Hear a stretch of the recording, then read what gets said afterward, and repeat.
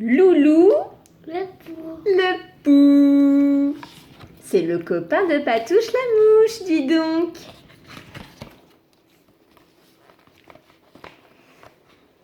Loulou, le pou.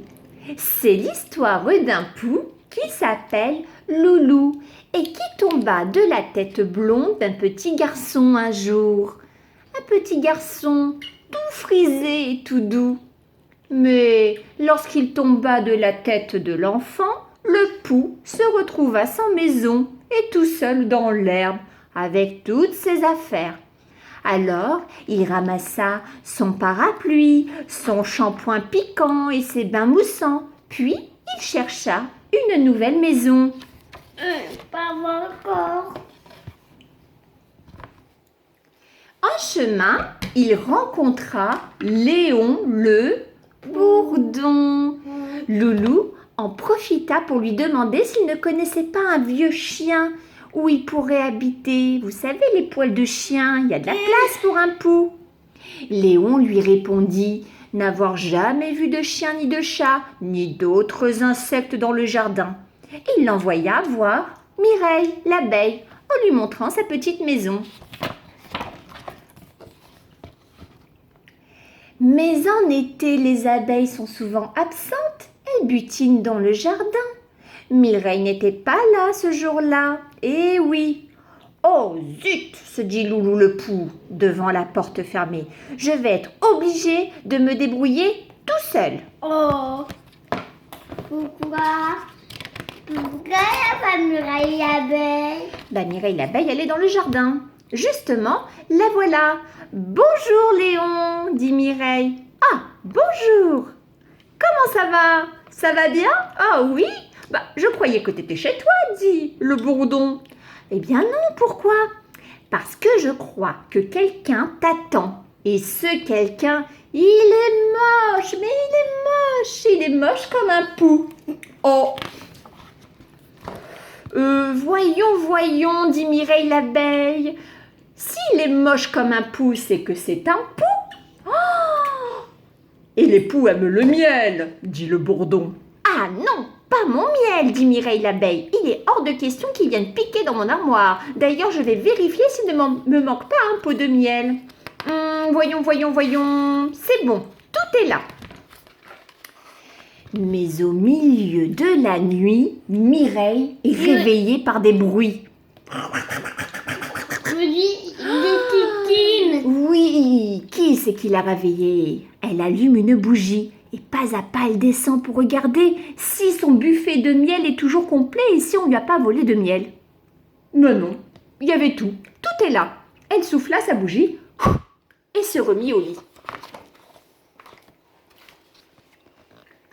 En fait, tous ces bruits venaient de l'extérieur où Loulou le pou avait retapé une petite maison toute abîmée.